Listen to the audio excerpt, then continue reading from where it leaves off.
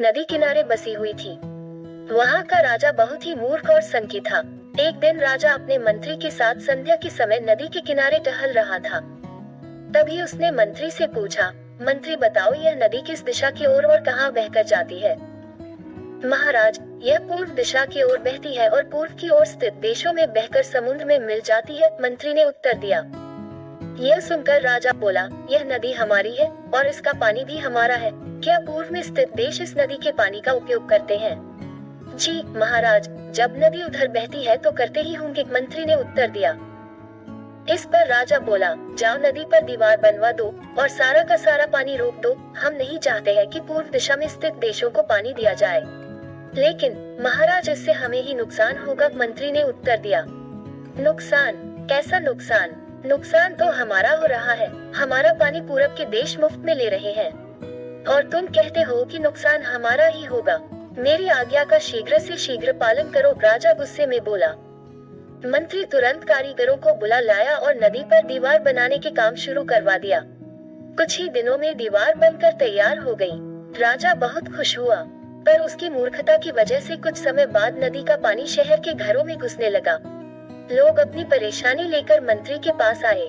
मंत्री ने उन्हें आश्वासन दिया कि वह सब कुछ ठीक कर देगा। मंत्री ने एक योजना बनाई। महल में एक घंटा बजाने वाला आदमी रहता था।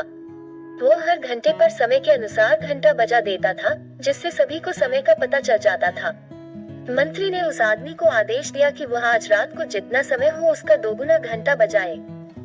आदमी ने ऐसा ही किया। जब रात के 3 बजे तो उसने 6 बार घंटा बजाया, जिसका अर्थ था कि सुबह के 6 बज गए हैं। घंटा बजते ही सभी लोग उठ गए। राजा भी उठ गया और बाहर आ गया। वहाँ पर मंत्री मौजूद था। राजा ने मंत्री से पूछा, मंत्री अभी तक सुबह नहीं हुई है क्या? और सूरज अभी तक निकला क्यों नहीं है? मंत्री ने उत्तर दिया, महाराज सुबह तो हो चुकी है, परंतु सूरज नहीं निकला है, क्योंकि सूरज पूरब की ओर से निकलता है। शायद पूरब के देशों ने सूरज को रोक दिया है, क्योंकि हमने उनका पानी रोक दिया था, इसीलिए अब हमारे राज्य में कभी सूरज नहीं निकलेगा। राजा बहुत चिंतित हुआ और बोला, क्या आप कभी भी हमारा उपाय बताओ मंत्री। महाराज, यदि आप नदी का पानी छोड़ दें, तो शायद वे भी सूरज छोड़ देंगे, मंत्री ने उत्तर दिया। राजा ने तुरंत मंत्री को हुक्म दिया कि वह नदी पर बनाई गई दीवार को तुड़वाए। मंत्री ने राजा की आज्ञा का पालन किया और कारीगरों को आदेश दिया कि दीवार को तोड़ दिया जाए। कारीगरों ने दीवार तोड़ दी और जैसे ही दीवार टूटी, सचमुच सूर्योदय का समय हो चुका था और दीप्यमान सूरज चारों तरफ अपनी लालिमा बिखेर रहा था। सूरज को उगता देख राजा बहुत खुश हुआ और मंत्री को इनाम दिया और कहा, तुम्हारी वजह से आज हम फिर सूरज को देख पाए हैं।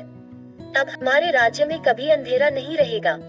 मंत्री ने मासूम सा मुंह बनाकर जवाब दिया, महाराज, यह तो मेरा फर्ज था।